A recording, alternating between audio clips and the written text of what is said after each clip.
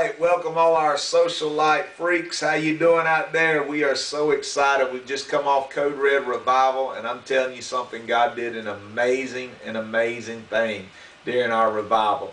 You know, when God does great things for us, or God moves in our life like He has, I think it's very important to ask ourselves a couple of questions, because our life is in direct proportion to the questions we ask ourselves. So let's ask ourselves, we've seen 11 people saved. We all have a desire to speak the same language, to make sure we have everything in common. So let's ask ourselves two questions. Number one, and our first question has to be this: what are we going to do about it? What are we going to do to ensure that this wasn't just a one-time experience, but something that's going to go on with us forever? And number two, how bad do we want it? So this is what I want to challenge you for this first week. We have a code. It's called our Code Red.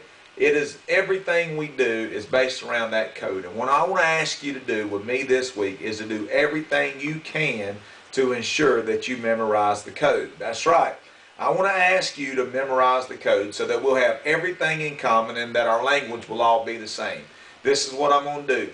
From now to next week, if you will go back to the social light table there in the auditorium, what we're going to do is sign you up for a contest, and I'm personally going to be giving away one of these red watches, about $110 value, but I'm going to be giving away to some family that memorizes the code. So we're going to be doing this contest. You're going to be hearing more about it, but that's what I want to ask you to do, is I want to ask you to memorize it so we can all be in one mind and one accord and have everything together. Second, how bad do you want it? You can make every excuse why you can't memorize these 12 statements that are going to shape our whole entire church and our ministry. But let me tell you something, there's no excuses. If you want it, go get it. How bad do you want it?